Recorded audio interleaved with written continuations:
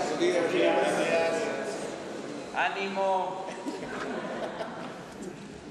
Estamos iniciando la semana. Bueno, hoy vamos a informar sobre una decisión que hemos tomado, considero importante, llena de simbolismo. Hemos tomado la decisión de que deje de ser prisión la isla madre, la isla María. Es un penal que data de la época de Porfirio Díaz, 1905,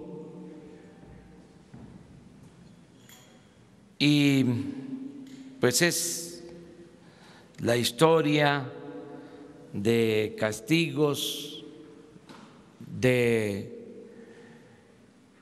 tortura, de represión a lo largo de más de un siglo. Hubo en esa isla un tiempo en que se buscó la readaptación mediante el trabajo, la educación, el bienestar. Cuando estuvo a cargo de ese penal el general Francisco J. Múgica, de 1928 a 1932, se avanzó mucho, fue un ejemplo a seguir para la readaptación social, pero luego volvió a ser un penal infame. Ahí estuvo preso José Revueltas en 2 ocasiones. Esa fue la inspiración para escribir esa gran novela, Muros de Agua, que publicó por primera vez en 1941.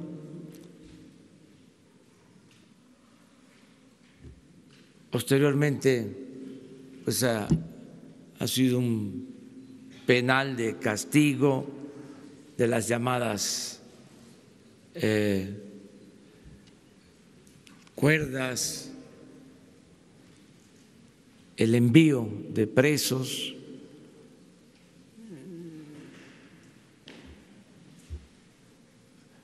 violación de derechos humanos, el último motín se presentó en el 2003 porque se sobrepobló la isla con 8,000 reclusos. Ahora hay 600 presos de baja peligrosidad.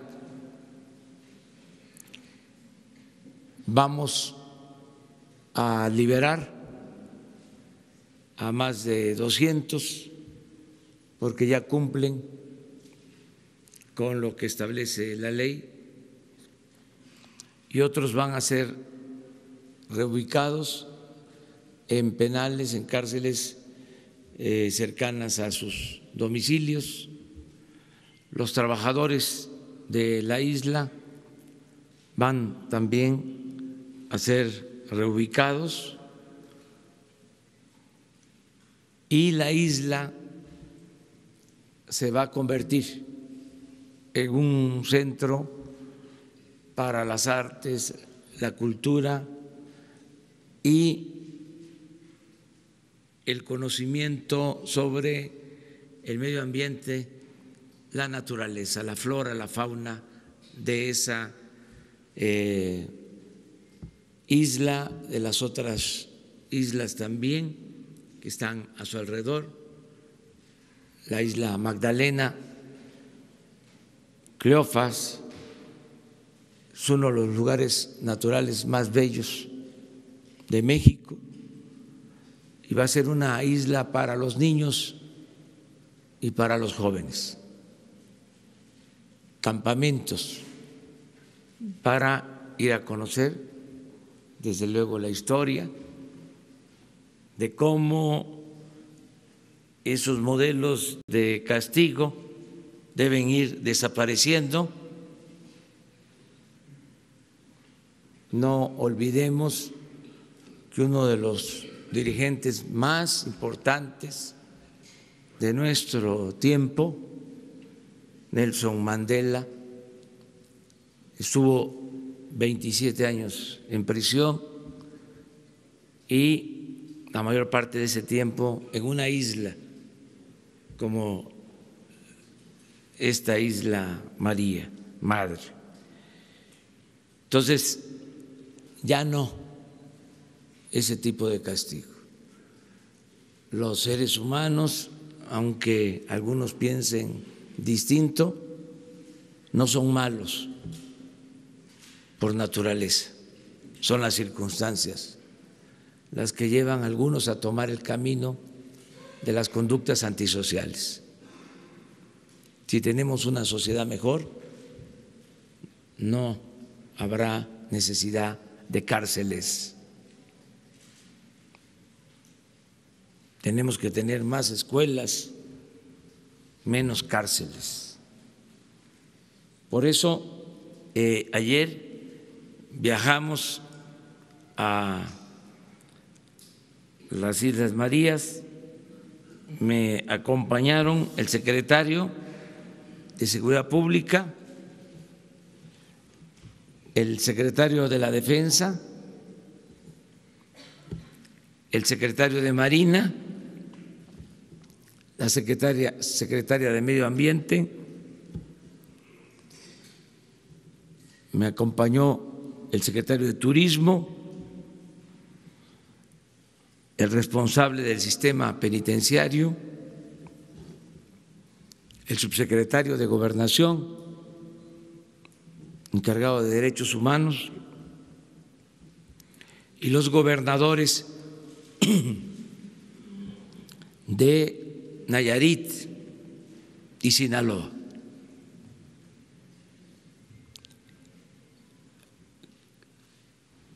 Quiero pedirle precisamente a Francisco Garduño, responsable del sistema penitenciario, que les haga una exposición, y luego Josefa González de la Semarnat va a explicarles sobre el uso, el destino tan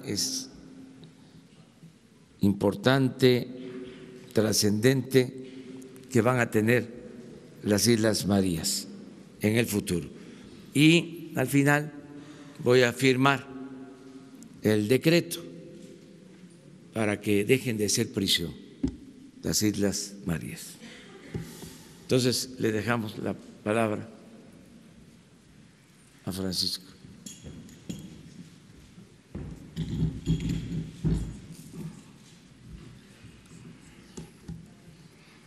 El día de hoy se inicia una etapa más en estas Islas Marías. La primera fue cuando su fundación con Porfirio Díaz, la segunda fue cuando estuvo el general Mújica, que empieza la prevención, la siguiente fue en los 70 con Luis Echeverría, en lo que fueron la ley de normas mínimas, y ahora en la cuarta transformación es el cierre y el respeto a los derechos humanos para que sea el goce y disfrute de miles y miles de mexicanos. En este caso ya el señor presidente acaba de señalar los antecedentes, nada más complementarlos y señalar que en 1905, por decreto del presidente Porfirio Díaz, las Islas Marías se destinaron al establecimiento de la colonia penal. Era la tendencia de hacer islas en estas en estos territorios alejados de los continentes. Era una corriente que en Francia tenía la Guayana Francesa, aquí donde estuvo Papillón, esa película que ustedes recuerdan, en Alcatraz, y era similar a esa tendencia. En el 20, el presidente Álvaro Obregón mandó encarcelar a delincuentes políticos opuestos a su régimen. En el 39, el presidente Lázaro Cárdenas firmó el decreto para que el penal quedara bajo la responsabilidad de la Secretaría de Gobernación. Durante la década de los 40 y 50, llegaron a las Islas Marías las primeras familias de los presos a vivir con los sentenciados. En el 50, en la década en la que se confinaban los reos más peligrosos, surgiendo el mito de la prisión más cruel e inhumana. En el 70, con el presidente Luis Echeverría, que visitó el penal y ordenó convertirlo en un modelo de readaptación social. En 2010 se destinó el archipiélago formalmente como un complejo penitenciario. En 2011 se incorporaron los 4 ceferezos, hay 4 adentro de la isla madre, solamente una isla es la que está ocupada por los ceferezos, las demás siguen sin habitar, siguen vírgenes, y es el ceferezo de Bugambilias, el Aserradero, la Laguna del Toro y Morelos.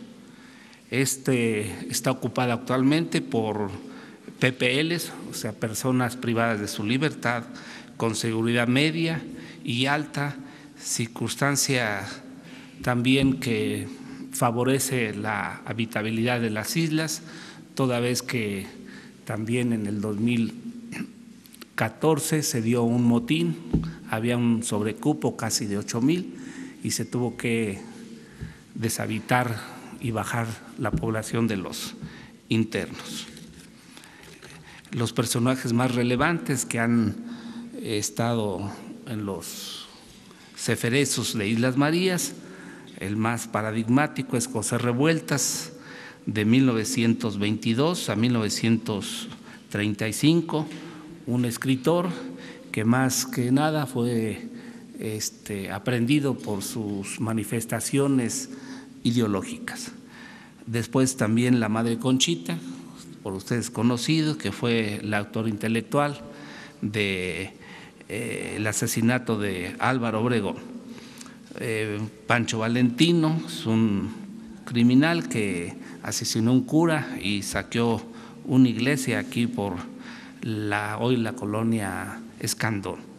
José Ortiz Muñoz, alias El Sapo, este es uno en aquel entonces de los más sanguinarios, que mató a un migrante cubano de puñaladas. Ricardo Martínez Perea, 2012, fue un general de brigada y es comandante del ejército mexicano. Jorge Hernández Castillo, alias el Caguamas, que ha sido uno de los presos que ha estado mayor tiempo en las Islas Marías, salió únicamente para morir.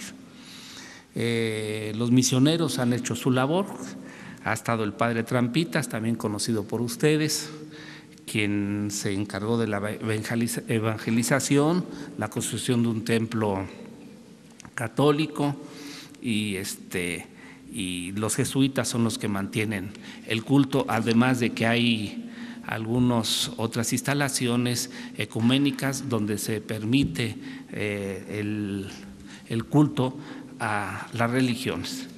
Hay 656 actualmente, mismos que van a ser trasladados a los domicilios más cercanos a su domicilio. Aquí se cierra una etapa, se inicia otra. Decirles que durante los 113 años que ha estado Islas Marías han estado 45 PPLs. Y yo considero que nada más en un año pueden asistir a las Islas Marías como campamentos de educación ecológica, más de 50,000, que el costo-beneficio para el disfrute de esta área natural protegida tendrá que ser pues considerado y evaluado en este tránsito de acabar con un sistema penitenciario e iniciar una etapa diferente en esta casualmente cuarta transformación y cuarta etapa en Islas Marías. Eso sería todo. Perdón, señor presidente. También les paso yo, no pudimos traer, pero se va a montar una exposición de histórica de las islas. Hay en aquellos territorios lo que conocen ustedes como el apando, hecho de hierro, se va a colocar, se va a traer para que ustedes perciban el grado de represión que existía. No se pueden traer las salineras, que también eran los tratos y trabajos crueles, donde los PPLs se acababan los pies por la salinidad. Solamente se trajo un grillete, se los vamos a dar, pesa aproximadamente unos 16 kilos. Pues era imposible que corrieran o que escaparan de estos lugares en un sistema carcelario de modelo francés que caducó y que hoy estamos en otra vertiente de respeto a los derechos humanos. Muchas gracias. Bueno, en la mesa.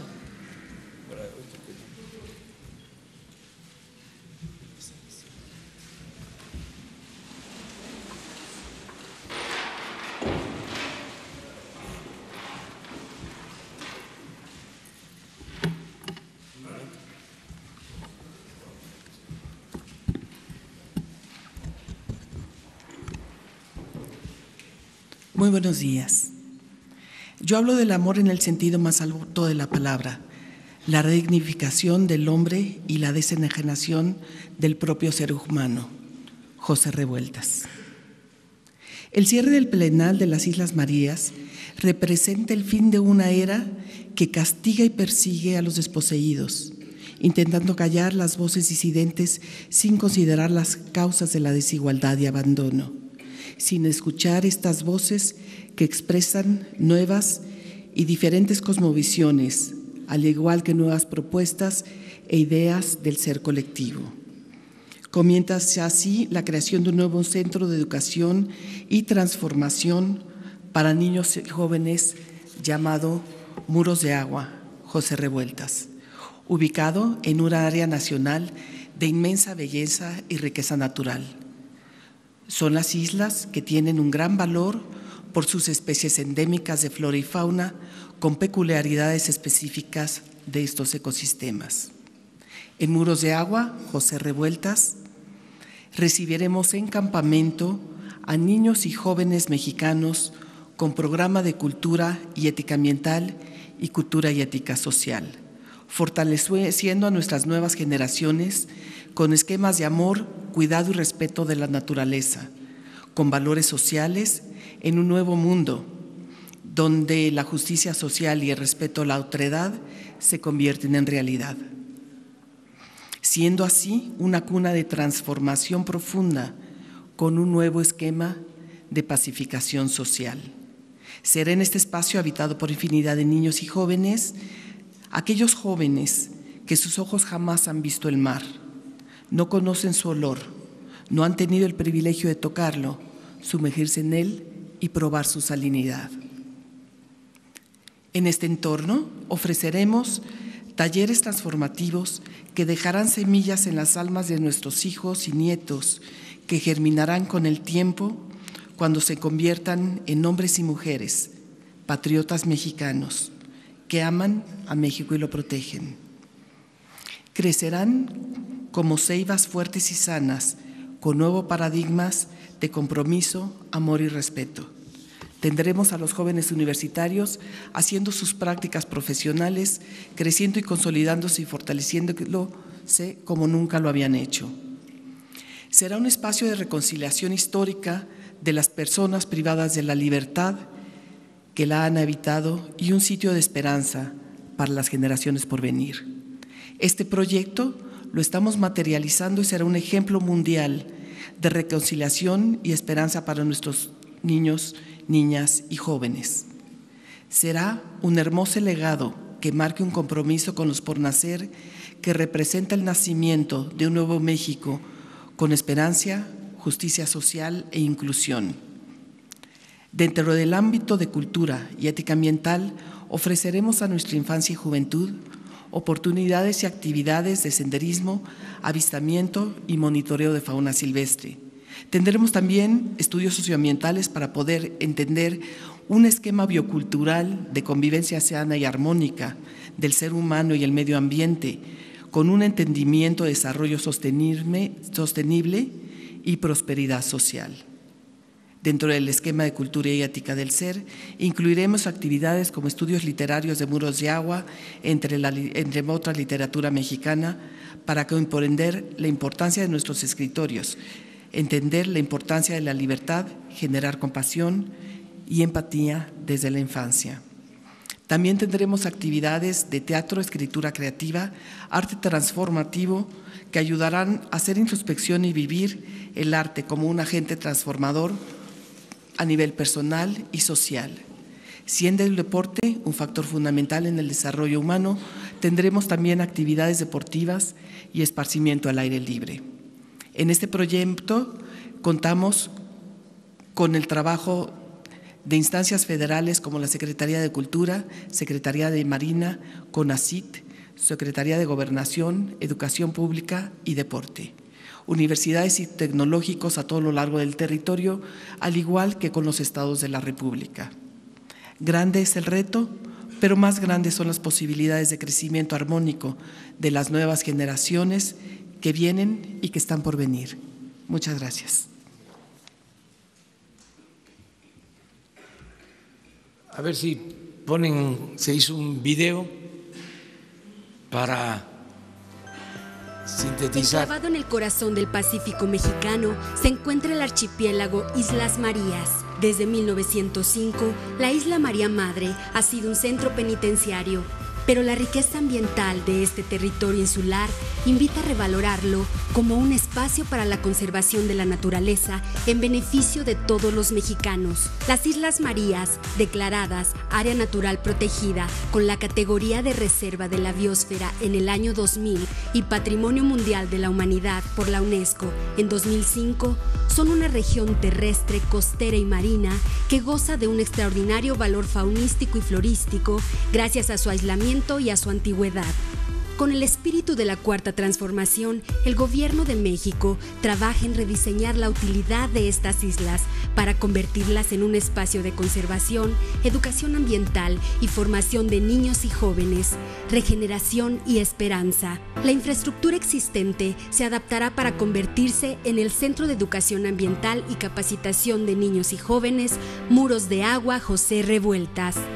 Allí los niños y jóvenes de México interactuarán de cerca con la naturaleza y desarrollarán actividades como talleres de artesanías, cultura y encuentros para el rescate de la sabiduría tradicional, capacitación en técnicas de supervivencia y monitoreo de flora y fauna, conocimiento de la historia natural de México, participación en senderos interpretativos, terrestres, marinos y culturales, desarrollo de actividades didácticas en granjas autosustentables. La Semarnat, a través de la Comisión Nacional de Áreas Naturales Protegidas y en coordinación con otras dependencias del Gobierno de México, recupera espacios naturales para el desarrollo sustentable del país.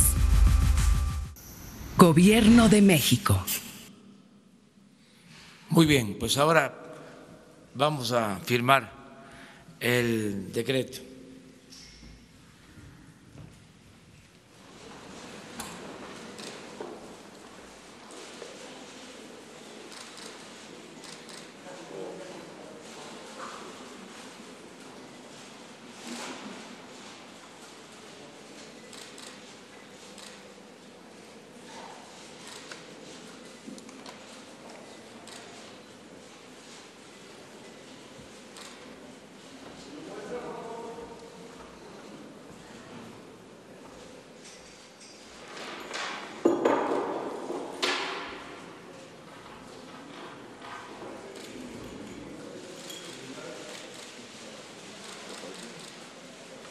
Esto se acaba, a la derecha, esto está a la izquierda.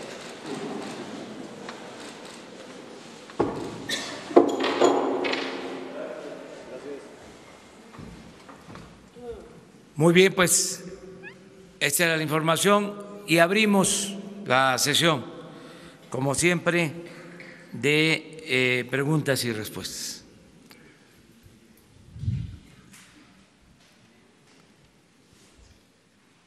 Buenos días, presidente. Aprovechando que está el responsable del sistema penitenciario aquí con nosotros, me gustaría que nos hiciera alguna reflexión sobre el estado en el que se encuentran el sistema penitenciario federal. Conocemos de sobra algunas de las anécdotas y experiencias que hablan pues de las corruptelas y de cosas anómalas que han ocurrido en el pasado. Si nos pudiera ofrecer alguna reflexión sobre este asunto.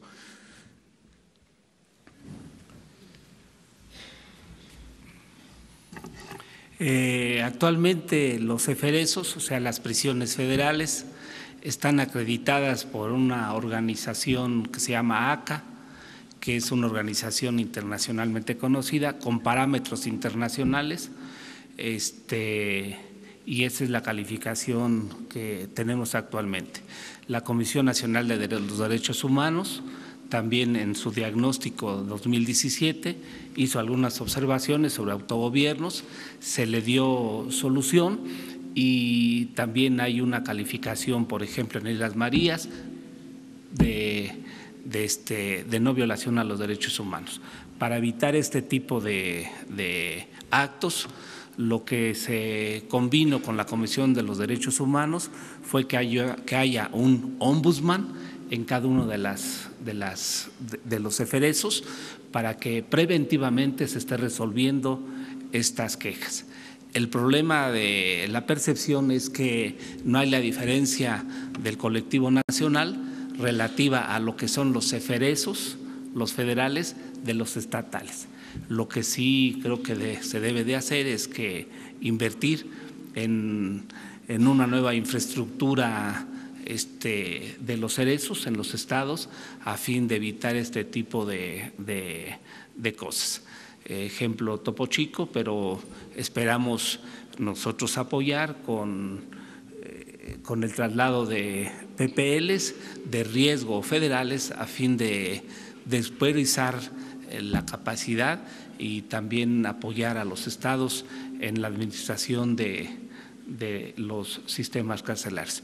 En cuanto a la extorsión, corrupción, está abierto las quejas con los ombudsman o bien con la función pública o bien con la fiscalía. Nosotros no tenemos problema alguno en relación que se investigue cualquier anomalía, cualquier queja en relación al comportamiento y a la gobernabilidad con dignidad que se den en los eferesos.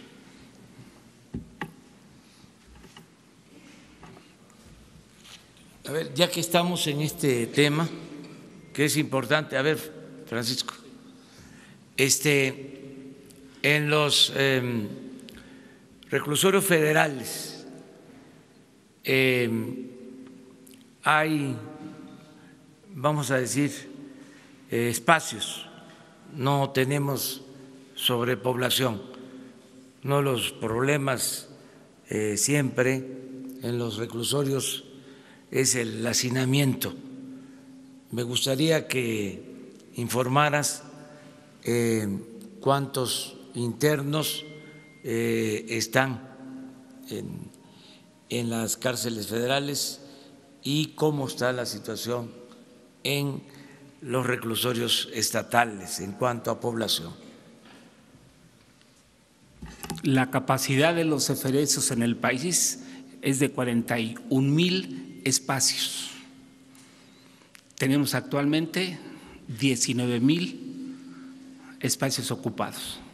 Tenemos aún todavía espacios de sobra y es por eso la instrucción del presidente de apoyar a los gobernadores para traer PPLs de los estados.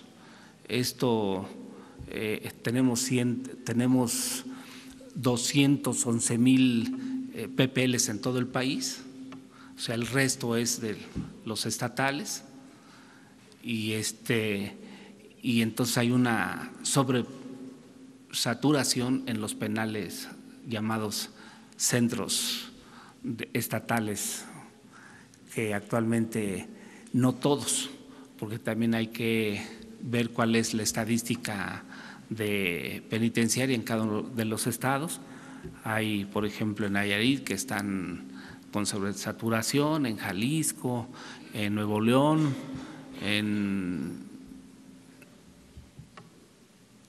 en Ciudad Juárez,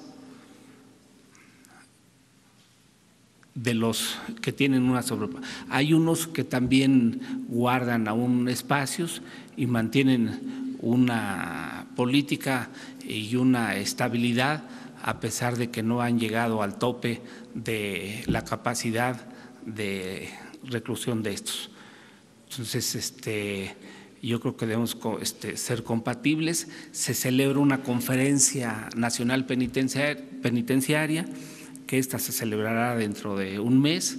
En esta participan todos los responsables de los sistemas penitenciarios cerezos y ceferezos, y ahí, como políticas públicas, se aterrizan y se ven lo que haya convenido los secretarios de Seguridad Pública de los estados, y en el sistema penitenciario darles también seguimiento, acordar protocolos, acordar apoyos de apoyos fiscales para sus proyectos del sistema penitenciario, y ahí se debate y se acuerdan políticas generales a fin de concertadamente iniciar políticas. Esto es también muy reciente, de acuerdo con el sistema oral y también con la ley de ejecución penal. En este caso, anteriormente la autoridad del sistema penitenciario es quien tenía la atribución total de la administración de los PPLs, actualmente no.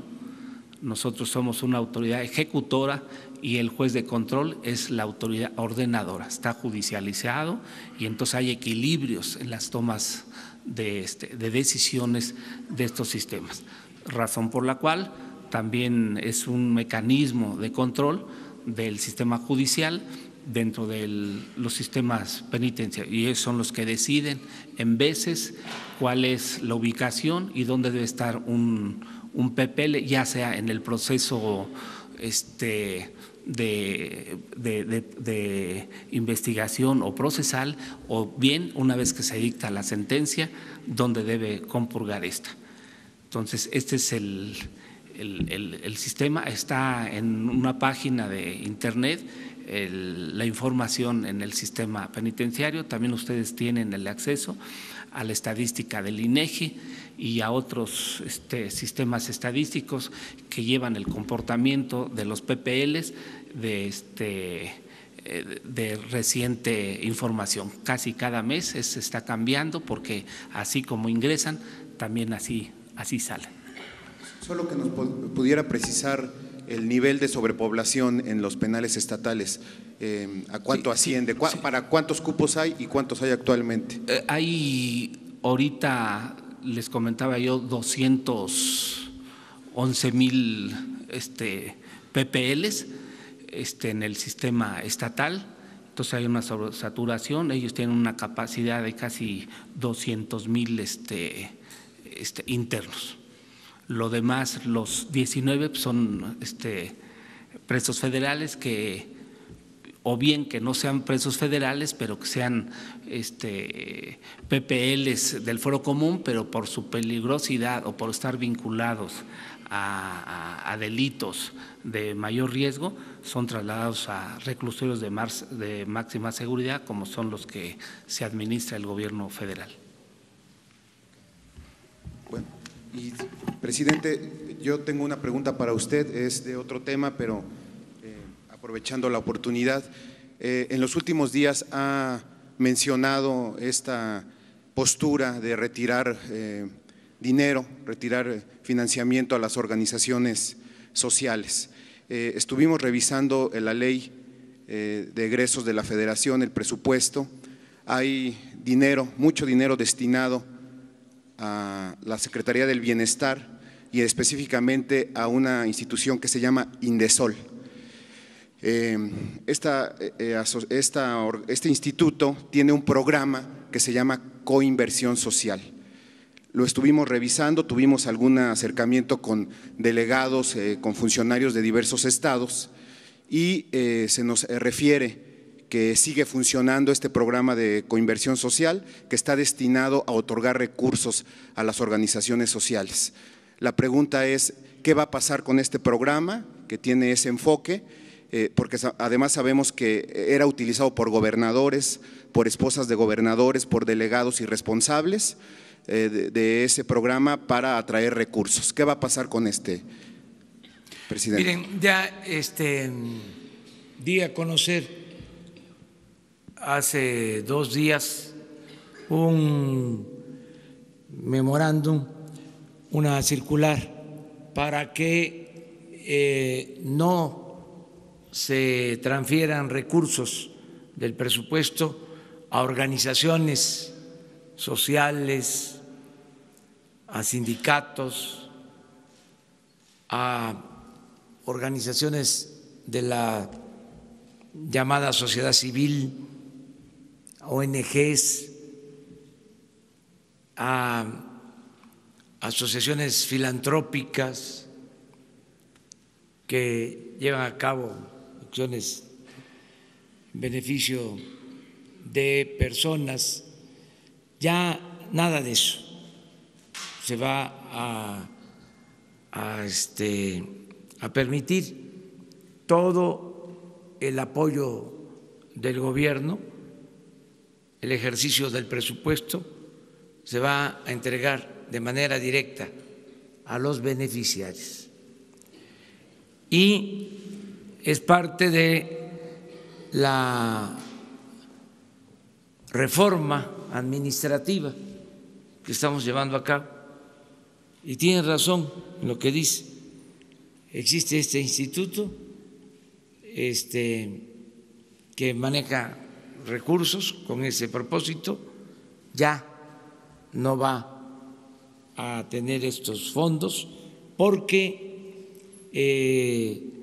la gente está recibiendo los beneficios de manera directa.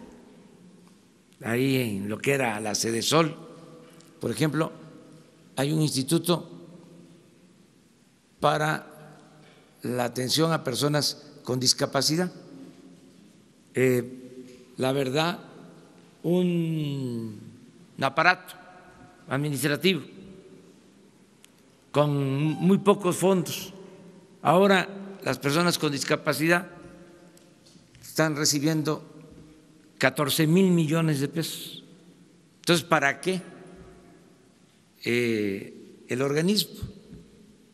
Hay otro organismo ahí mismo para la atención a adultos mayores, aparato administrativo. Los adultos mayores ahora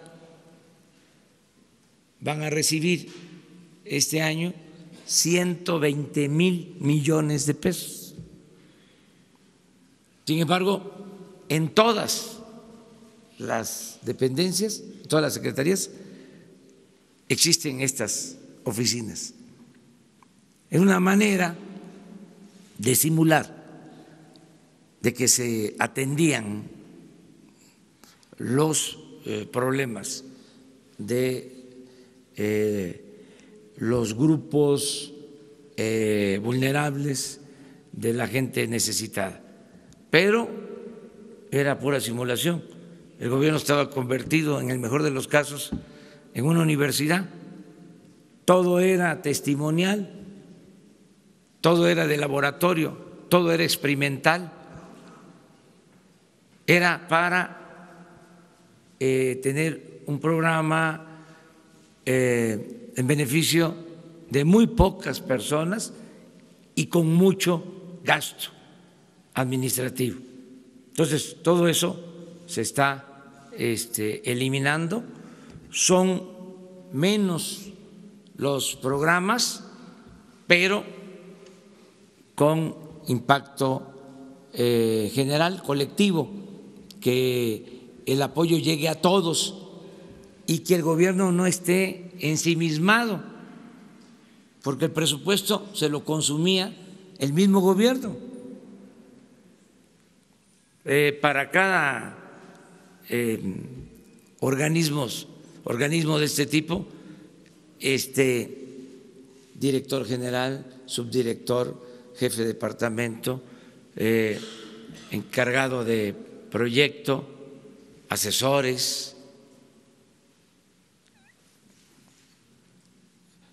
vehículos, choferes, seminarios al extranjero. Había que ir a ver a Francia, ¿no?, a París, qué avances llevaban en distintos temas, y ahí se iba todo el presupuesto, no le llegaba al beneficiario, era una pantalla nada más, una simulación, y así en todo. Entonces, por eso tomamos la decisión, se termina y tienes razón, ya no van a haber esos recursos, ya existe un memorándum con este propósito y aplica parejo, no es nada más para un sector de la población, sino para todos los sectores de la población. Estamos buscando la manera, por lo pronto, de reducir considerablemente el gasto, la inversión de estos organismos. Es como los organismos autónomos, es lo mismo, fue una gran farsa, que por cierto ya tengo la información y hoy se las vamos a entregar, de que sí existe conflicto de interés en el caso del presidente de la llamada Comisión Reguladora de Energía. Sí existe y hoy vamos a entregar los documentos y no debería de estar ahí. Y no es porque nos cuestionó, no, es más profundo el asunto. Es que se engañó al pueblo de México haciendo creer de que se necesitaban instancias autónomas de expertos independientes, porque el gobierno no podía atender los asuntos relacionados con la Comisión Federal de Electricidad y con Pemex. Entonces se crearon todos esos organismos de personas, no generalizo, pero en la mayoría de los casos subordinados a una manera de pensar, a la política de privatizaciones. Y por cierto, no está de más que se busque en el diccionario qué es privatizar. La definición es trasladar lo público a particulares. Esa fue la política que se aplicó en todo este periodo. Y al final de cuentas, ellos mantenían relaciones con los particulares que se beneficiaban de contratos tanto en la Comisión Federal de Electricidad como en Pemex. Entonces, ahora, por suerte, porque parece mentira, pero la suerte sí cuenta, sí interviene. Decía Maquiavelo que se necesitaba virtud y fortuna para la política. La fortuna es la suerte. Bueno, pues por suerte se le fueron venciendo los plazos o renunciaron algunos y se van a limpiar, se van a purificar estas instancias que estaban totalmente al servicio de intereses particulares.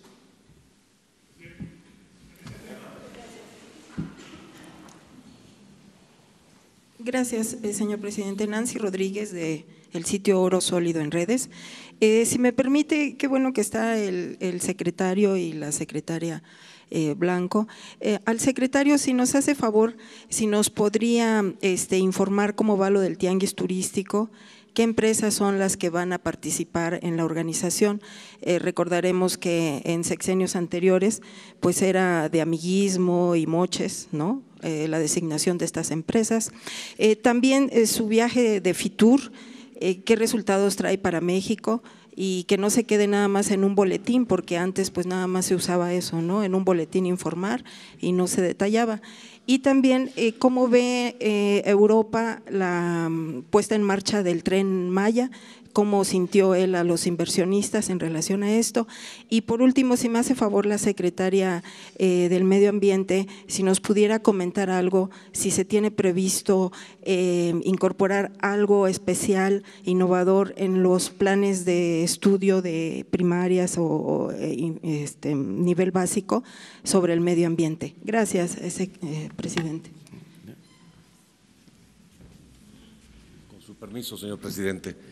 Lo que corresponde al próximo tianguis turístico, en primer lugar se da cumplimiento a la promesa de campaña del presidente cuando era candidato de seguir haciéndolo en forma rotativa, una ocasión para Acapulco y la siguiente en otro lugar donde se decida a través de un jurado que ya fue dado a conocer a través de la publicación en el Diario Oficial.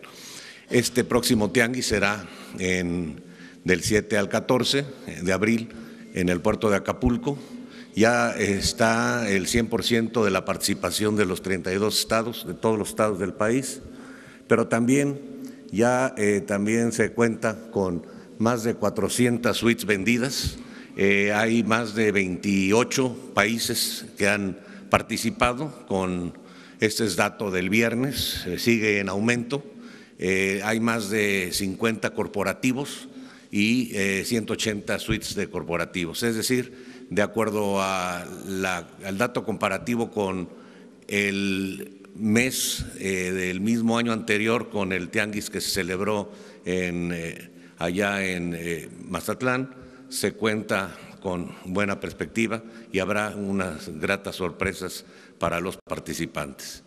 Lo que representó la participación en FITUR, la feria más importante, a donde están 170 países, allá en Madrid, España, y en donde se cuenta con el stand de México, se participó y se tuvo reuniones con los 15 propietarios de las cadenas hoteleras españolas, en las que nos plantearon algunos puntos de vista que estamos resolviendo, pero también nos reunimos con los inversionistas más importantes de España y de turoperadores, en donde sigue marchando el turismo español, aunque el turismo español está en la 6ª posición, ya que otros países de Europa lo rebasaron, como Reino Unido, que ya ocupa el primer lugar de país emisivo hacia nuestro país con 550,000 turistas.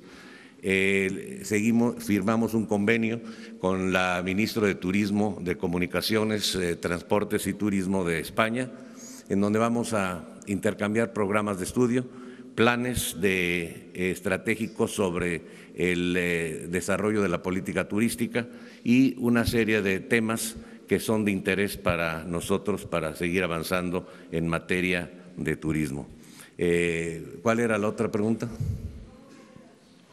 El ambiente que se siente con los inversionistas en relación al Tren Maya y también qué empresas van a participar en la organización del tianguis turístico. Se hizo una participación importante para una presentación del Tren Maya, el avance, pero no solamente del Tren Maya, hubo un espacio para ver en tercera dimensión al Chepe, el tequila, también el Express de Tequila, y sobre todo también hubo muchas preguntas de los tour operadores de cuándo se podría iniciar, ¿verdad?, los viajes de familiarización. Estamos trabajando en los atractivos ancla para que haya más atractivo. Les recuerdo a ustedes que estamos en el lugar número 15 en captación de divisas y en el 40 en gasto per cápita. Por ello estamos elaborando programas de atractivos ancla para poder desarrollar y estar preparados cuando termine el tren, pues ya se tenga todo armado. Ejemplo específico, en Mérida se está ya haciendo el Museo de Armando Manzanero como atractivo ancla y complementario la ruta Manzanero. La ruta se va a lanzar con turibús de diferentes rutas para poder incrementar el gasto y la derrama y la pernocta. Muchas gracias.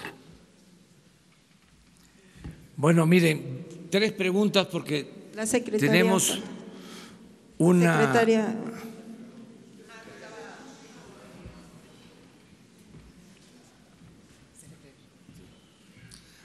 Muchas gracias por tu pregunta. El Centro Muros de Agua José Revueltas está conectado y es un trabajo transversal que estamos haciendo entre varias secretarías. Está participando educación, está cultura, entonces es un trabajo transversal en donde todos tienen que ver. Si nosotros incidimos en los programas educativos, nosotros tenemos una voz que es escuchada por el secretario Esteban Moctezuma, por medio de Educa, que es Secadesu, para asegurarnos que hay una educación ambiental, que es una de las prioridades educativas de este gobierno. Muchas gracias. A ver, vamos. Buenos días, señor presidente. Urbano Barrera, del diario Ovaciones. Ya que está tocando usted lo de las islas, quisiera preguntarle, ¿investigará usted todas las islas o los lugares que fueron concesionados en las administraciones pasadas a políticos, a banqueros? Debe tener usted ya información sobre eso, ¿no? Y nos gustaría que nos la compartiera más adelante, ¿no? Se dan casos en el Caribe, en el Pacífico, por todos lados, usted lo sabe bien. La segunda… Está, la segunda… Muy buena la pregunta, pero gracias. Vamos a batear ahora. Sí, bueno, la segunda… Tiene tiempo que no bateo. ¿No? Bien. Adelante, no, con todo respeto. Okay. Sí. Vamos a tratar de contestar. Bien. La segunda, si el señor secretario de Comunicaciones ya tiene información sobre lo de Manzanillo, del capitán Héctor Mora. Se ha publicado ya en Manzanillo y se siguen polarizando las cosas.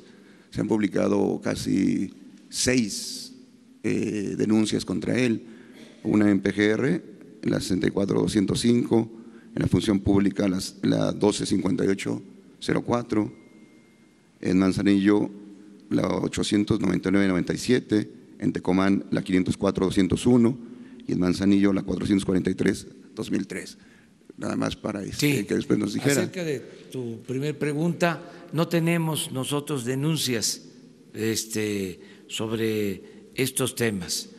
Desde luego es de dominio público que se adquirieron terrenos en las costas, en el Caribe, en el Pacífico, que personalidades tienen estas propiedades, pero no tenemos ningún dato de denuncias presentadas sobre este caso.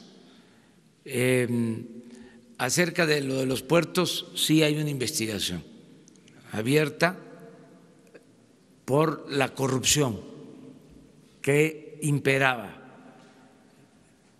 Yo cada vez que hablo de esto quisiera decir que existía, que imperaba, que había. Me gustaría decir eso. Es decir, ya no hay corrupción. O sea, deseo eso. Espero que en poco tiempo pueda ser categórico y decir, no hay corrupción, porque sí les puedo decir que no hay corrupción ya, arriba, pero todavía hay malas prácticas,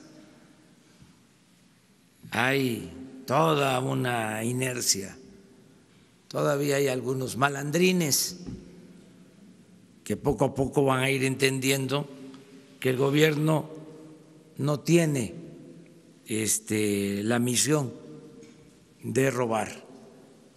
El gobierno tiene la misión de servir a los ciudadanos. Entonces, todavía estamos limpiando y sí, el compromiso que nadie que tenga malos antecedentes, sobre todo antecedentes de corrupción, va a trabajar en el gobierno. Y estamos esperando que haya resultados acerca de investigaciones abiertas. También no queremos ser injustos, no es la Inquisición, no es afectar la dignidad de nadie. Tiene que haber pruebas, tiene que haber elementos para no perjudicar a ninguna persona. Sí, no tolerar la corrupción, pero con elementos, con pruebas, siempre, en todos los casos. Y la tercera, ya están quejando en el Instituto Nacional para la Evaluación de la Educación. Dicen que le recortó 300 millones, bueno, el Senado le recortó 300 millones de pesos y por lo tanto, pues ya despidieron a 218 trabajadores, 96 empleados operativos, directores y subdirectores en 32 entidades, a 64 directores, a los jefes. Desaparecieron la coordinación de direcciones, la Dirección General de Investigaciones e Innovación, pero conservaron la Junta de Gobierno. O sea, los de arriba se quedaron. Sí, con los mismos sueldos, ese es el problema. Todo. Como son autónomos. Exacto. ¿Qué se va a hacer ahí, señor presidente? Pues hay que seguir adelante, en la medida de lo posible, quitando todos estos organismos que son onerosos, no pasan la evaluación. Fíjese la paradoja, los encargados de evaluar no pasan el examen, no pasarían una evaluación sobre eficiencia, sobre beneficios para la sociedad, para la educación. Son aparatos costosísimos e ineficientes y así está todavía una buena parte del gobierno, sobre todo con estos organismos autónomos. Entonces, si hubieron estos ajustes en el presupuesto, pues es una injusticia que despidan a los trabajadores y ellos sigan ganando sueldos elevadísimos y dándose la gran vida. Pero ese es un asunto, pues, de irresponsabilidad y de falta de conciencia. Gracias.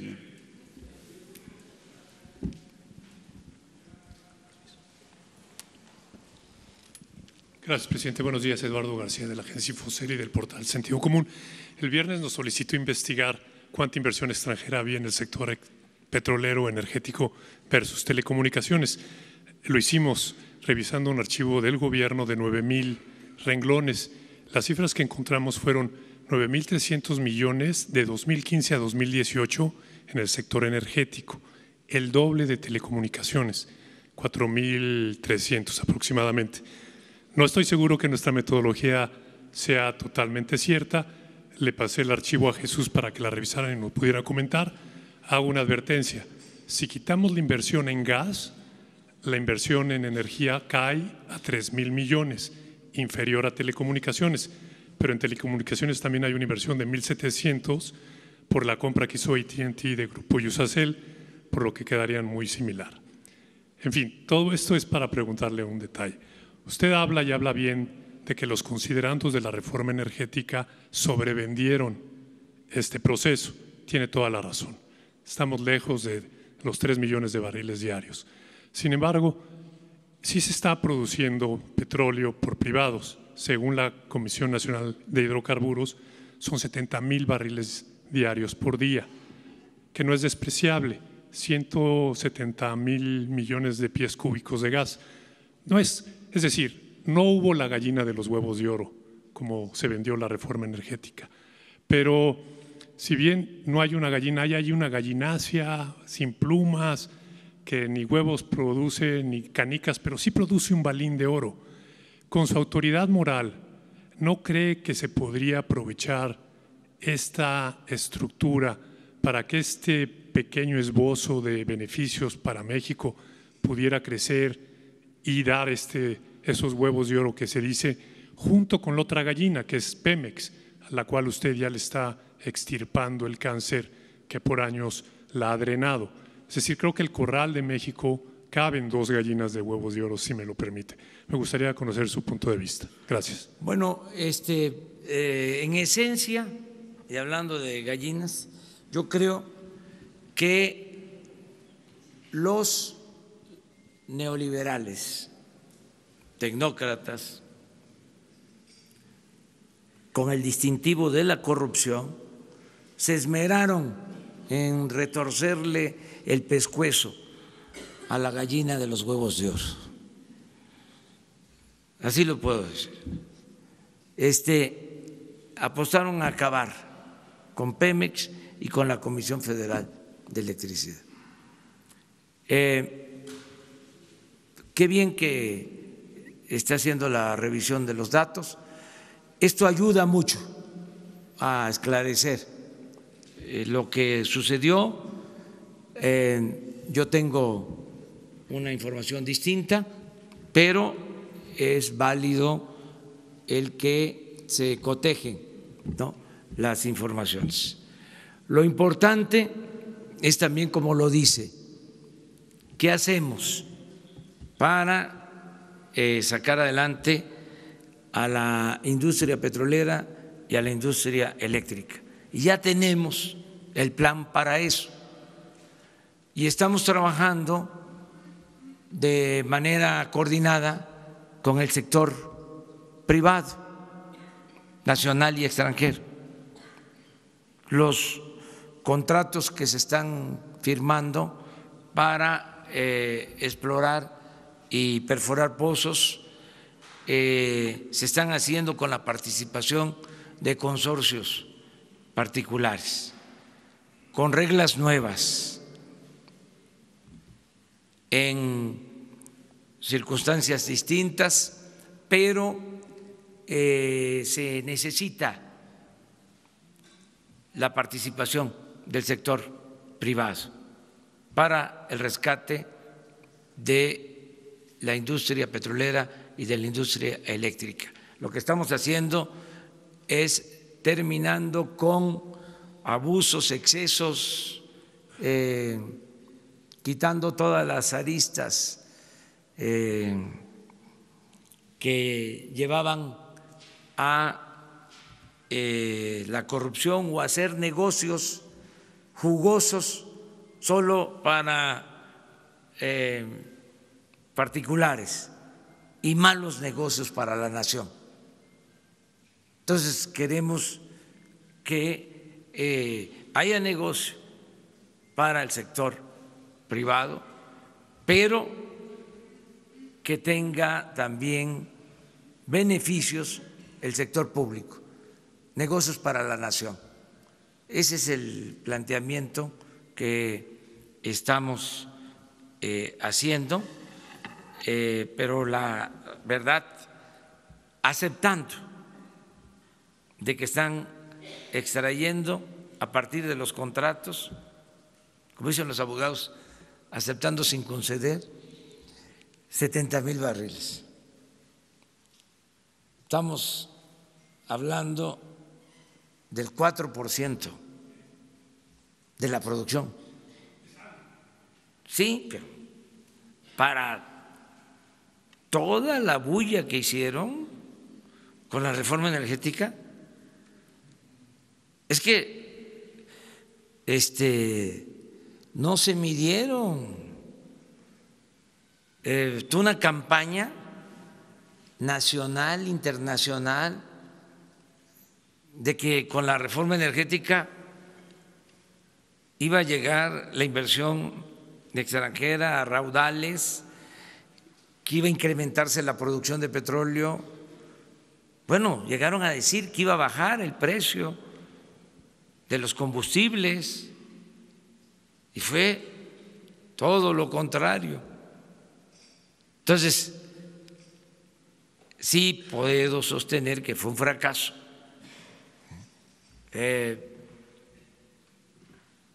Pero retomo el planteamiento. Lo importante es sacar adelante, ¿sí?, a la industria petrolera y a la industria eléctrica, y estamos optimistas que lo vamos a lograr.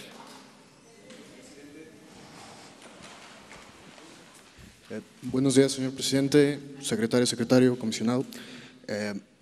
Ya tiene un poco más de una semana, disculpe que me salga del tema, que el Vaticano reconoció más de 100 casos, más de 100 padres involucrados en casos de pederastía aquí en México. Son crímenes abiertos, sin castigar, y primero, si ya se tiene una postura oficial del gobierno ante este caso, si se podría solicitar investigación a la Fiscalía o algo por el estilo, y segundo, si usted, si su gobierno planean involucrarse en estas investigaciones, en estos hechos. Muchas gracias. Bueno, corresponde en este caso a la Fiscalía General informar sobre denuncias que existan. Lo vamos a hacer nosotros para informarles sobre esto en particular. No queremos confrontarnos con las iglesias, así de claro. Necesitamos la unidad nacional, estamos por la reconciliación. Desde luego, si hay un proceso legal, pues no podemos taparlo, no podemos ser cómplices, eso no lo haríamos, pero no vamos a atizar el fuego, en ningún caso. Tenemos diferencias en varios campos, en temas sobre diversidad, en temas religiosos, desde luego en temas ideológicos, en diferencias entre obreros y patrones, todo lo que es una sociedad plural. Entonces buscamos la conciliación, buscamos resolver las diferencias de manera pacífica y no alebrestar, no meterle carga ideológica. Si acaso, lo único que yo digo siempre es lo de liberales y conservadores, porque eso sí es válido, que nos ubiquemos, pero otras cosas no, ni siquiera de comunismo o anticomunismo, fascismo o antifascismo, no. liberales y conservadores, porque eso es la historia del pensamiento en México y de toda la humanidad. Son las dos grandes corrientes del pensamiento, pero no confrontarnos. ¿Sí? Al mismo tiempo, aclaro, sin simular,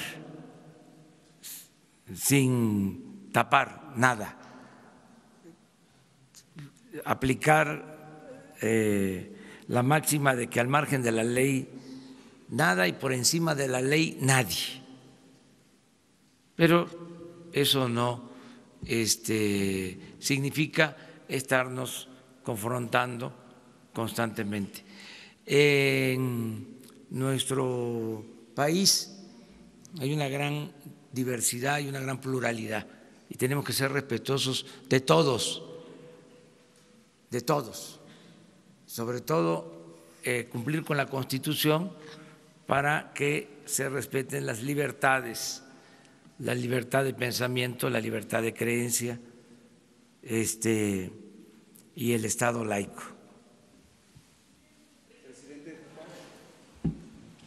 Presidente, muchas gracias. Primero, saber si estas actividades que se van a realizar en las Islas Marías se van a restringir únicamente a educativas y científicas. Esto porque en el programa de manejo está prohibida la actividad turística, si solamente se va a limitar a esto. Saber si el restante de los presos, que son 465, ¿a qué penales federales van a ser trasladados, entendiendo que hay sobrepoblación en los estatales? Y a partir de cuándo comenzaría a hacerse esta reestructuración y movimiento de las personas en reclusión. Gracias. Sí, ya a partir de ahora yo tuve con ellos una reunión con algunos reclusos y también con el personal, con custodios en la isla. Ayer hablamos de esto. Como se informó, hay alrededor de 600 privados de su libertad. De esos 600 hay como 200 que ya pueden ser liberados. No descartamos la posibilidad de reducción de penas. En general, no se trata de presos, vamos a decir, peligrosos. Hay ya también un trabajo que han venido haciendo para la reducción de penas, hay actividad cultural, artística, productiva. Tienen, por ejemplo, granjas para la producción de camarón, talleres de pintura, hay muralismo. Ayer escuchamos un pianista extraordinario, también que un proceso de reinserción. Entonces, es tomar en cuenta todo eso, es la instrucción que tienen los responsables, desde luego en el marco de la ley, pero sí podemos nosotros reducir penas y reubicarlos en sus estados.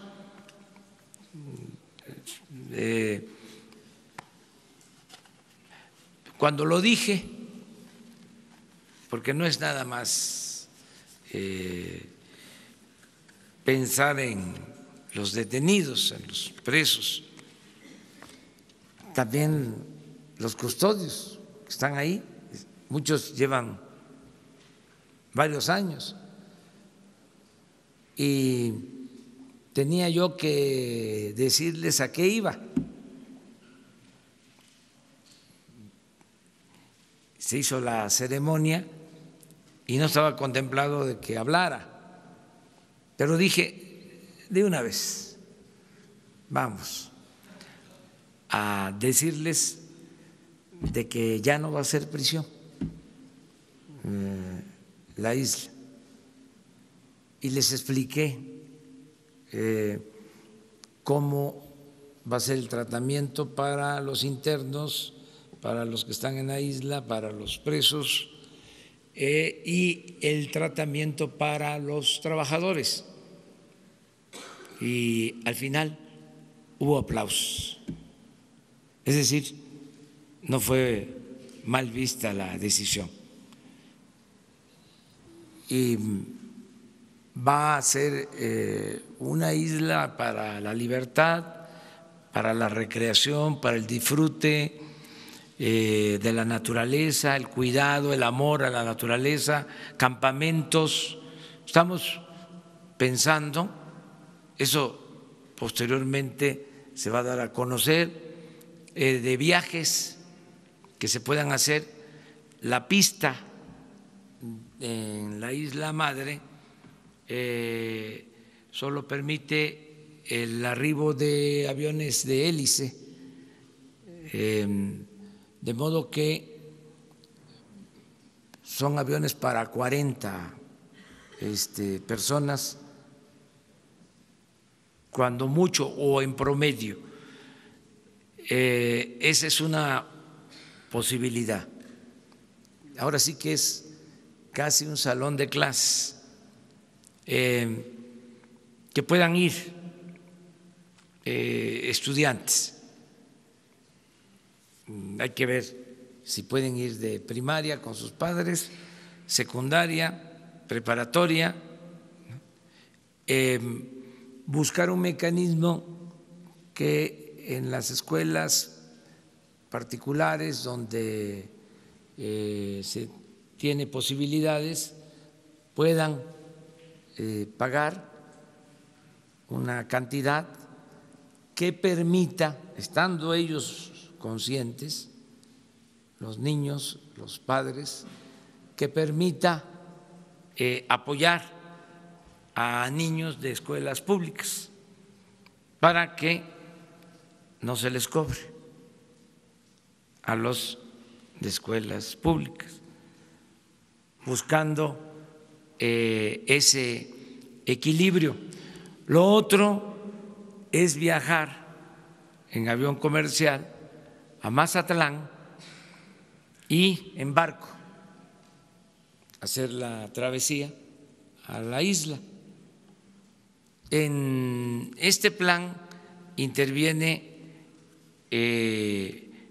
la Secretaría de Medio Ambiente, pero también la Secretaría de Marina, y ellos tienen ya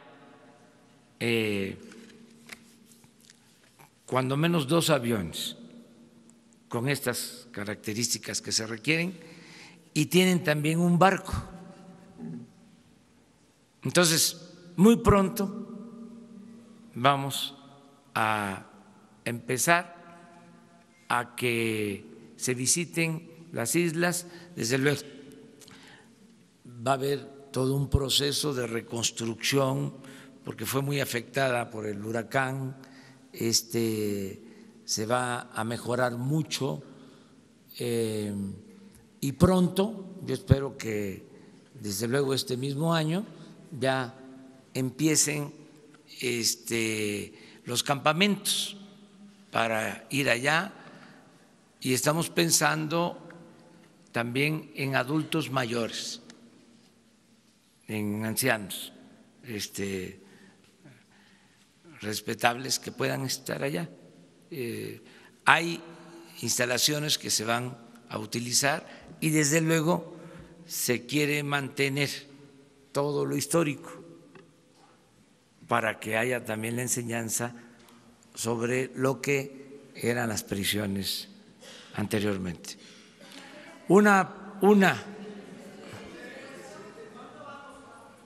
Miren, no se quiso hablar de eso porque no es un asunto muy trascendente. Les puedo decir que van a haber ahorros.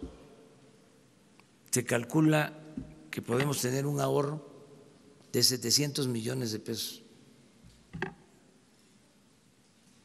por los costos que significa mantener este penal. Pero eso lo tenemos en el análisis, pero no quisimos darlo a conocer porque no es lo más importante. El meter a estas personas que no son de alta peligrosidad, de pasarlos de estar en una isla, de estar finalmente en un ambiente a un reclusorio estatal donde son universidades del crimen, esta es una duda que me surge porque justamente en el punto no final… van a ser reclusorios estatales, son por eso la federales, pregunta. Tenemos espacio y el plan de readaptación de las Islas Marías es el plan que se está aplicando en todos los penales federales. ¿Ya empezó el desalojo de los internos o cuándo va a empezar? No me gusta la palabra desalojo. Bueno, nada por la fuerza. el traslado. Todo No, por el la traslado. razón y el derecho. Me refiero al traslado. No, todavía. Ayer apenas lo dimos a conocer, ahorita estamos firmando el decreto y es un proceso de absoluto respeto a los derechos humanos. Les diría que es un homenaje a todos los presos del mundo y a dos presos distinguidos, ejemplares, extraordinarios, José Revueltas y Nelson Mandela. Y es también un reconocimiento a los derechos humanos. Muchas gracias. Gracias. Nos vemos mañana.